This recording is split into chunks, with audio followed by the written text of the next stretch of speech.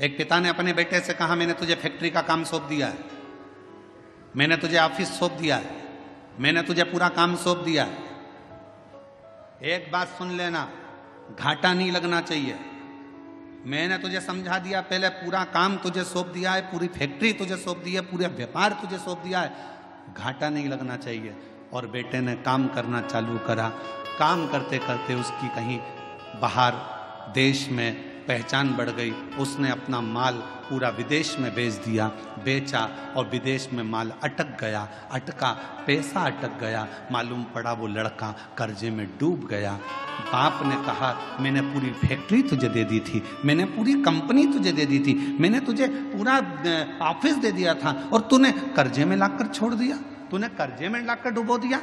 बेटा कहता है, पापा गलती हुई है, सुधारूंगा, थोड़ा समय। अब पिता को चाहिए कि बेटे को बल दे, कोई बात नहीं, हो गई, मेहनत करना, फिर मेहनत करना, धीरे धीरे बढ़ना, हो सकता है फिर उन्नति की सीढ़ी पर चढ़ जाए। गलती बेटे के सामने हुई, बेटे ने फिर मेहनत करी, मेहनत करते करते बेटा जितना माल गया था उससे 1000 गुने माल का फिर मालिक बनकर बैठ गया, फिर बैठा।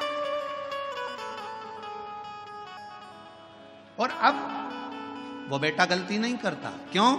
क्योंकि पहले माल भेजने में गलती हो गई थी, पहले ऐसे गलती हो गई थी, अब नहीं होगी।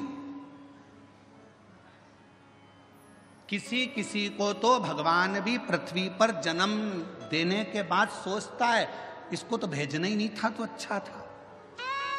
मालूम क्या था कि इतनी निंदा, इतनी बुराई, इतनी चुगली, इतने अपशब्द, इतनी गाली, इतना आड़ा टेढ़ा बोलेगी, इतना अपशब्द बोलेगा, ऐसा रहेगा, दिन भर बेकार काम करेगा, लोगों का दिल दुखाएगा। तो भगवान भी सोचता है, इसको एक बार तो जन्म दे दिया, अगली बार नहीं भेजना इसको, चाहे कुछ भी हो जाए, इसको 94 तरह के नरकों में पटक देना, पर पृथ्वी पर मत भेजना इसको। इतना झूठ, इतना छल, इतना प्रपंच, इतनी गलत शब्द, इतना अपशब्द, इसको पृथ्वी पर मत भेजना। अब भेज दिया। और कृपा की न होती जो आदत तुम्हारी, तो सोनी ही रहती अदालत तुम्हारी।